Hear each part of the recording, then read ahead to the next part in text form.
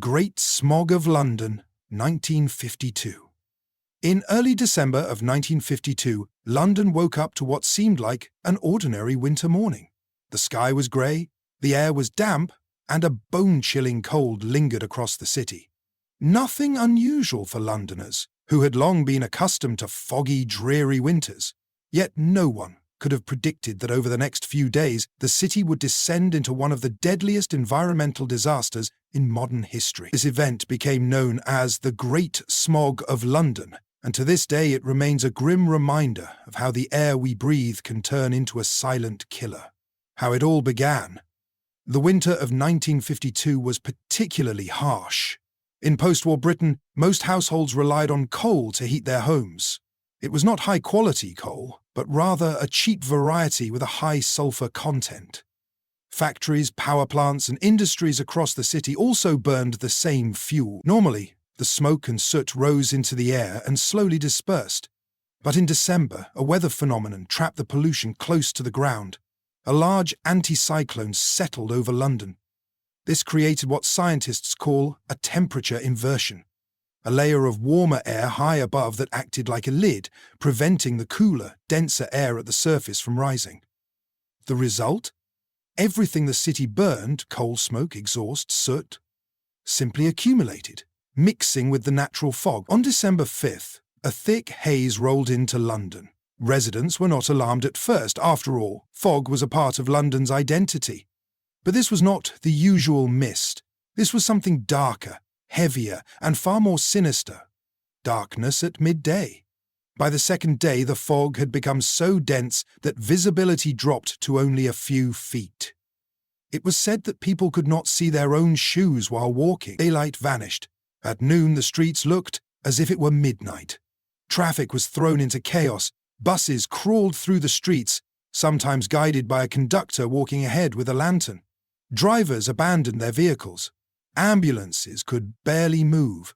Flights were grounded, trains delayed, and many people simply gave up trying to go anywhere.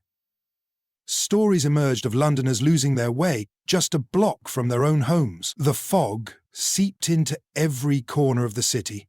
It crept indoors, filling living rooms, shops, even theatres. In cinemas, the haze grew so thick that moviegoers could not see the screen. Performances were cancelled, businesses shut down, and the city seemed to grind to a halt. A city in crisis? At first, Londoners treated it as an inconvenience. But soon the true horror revealed itself. Hospitals began to overflow with patients. People complained of coughing fits, burning eyes, and difficulty breathing. Those with asthma, bronchitis, or other chronic illnesses suffered the most. Children and the elderly were especially vulnerable. The smog was not just fog and smoke, it was toxic.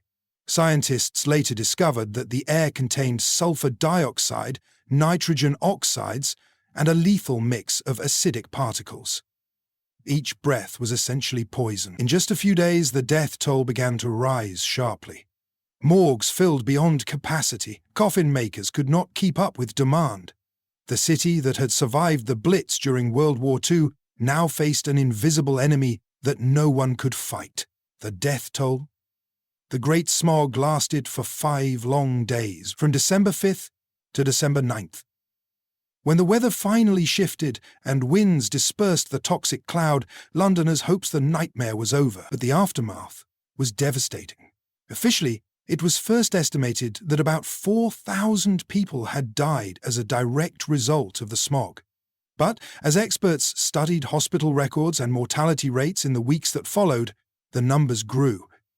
Today, it is widely accepted that at least 12,000 people lost their lives due to the smog, and more than 100,000 suffered long-term health problems. It was one of the worst environmental disasters ever to strike a modern city.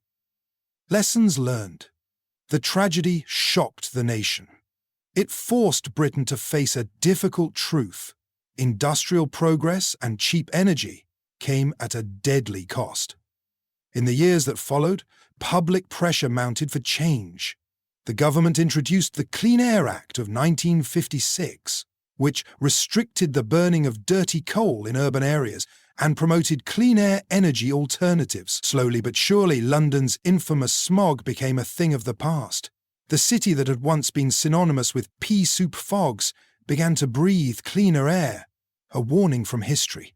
The Great Smog of 1952 is more than just a chapter in London's history. It is a warning to the world.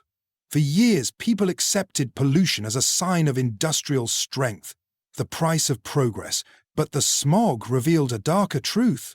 Progress without responsibility can kill. Today, cities across the globe, from Beijing to New Delhi, still struggle with dangerous levels of air pollution. The lessons of London remind us that the air we take for granted can become lethal if ignored. Closing words. Those who lived through the Great Smog described it as something almost supernatural. They said you could stretch out your arm and not see your own hand. They remembered the choking taste of smoke on their tongues, the constant cough in their throats, and the fear of stepping outside into a world that felt suffocating. It was not a war. It was not a natural disaster. It was something created by human hands, by decisions to burn cheap fuel and overlook the cost. The Great Smog of London remains one of history's most chilling reminders that the environment is not separate from us. It is us, and when we poison the air, we poison ourselves. This story, the tale of a city brought to its knees by its own smoke, should never be forgotten.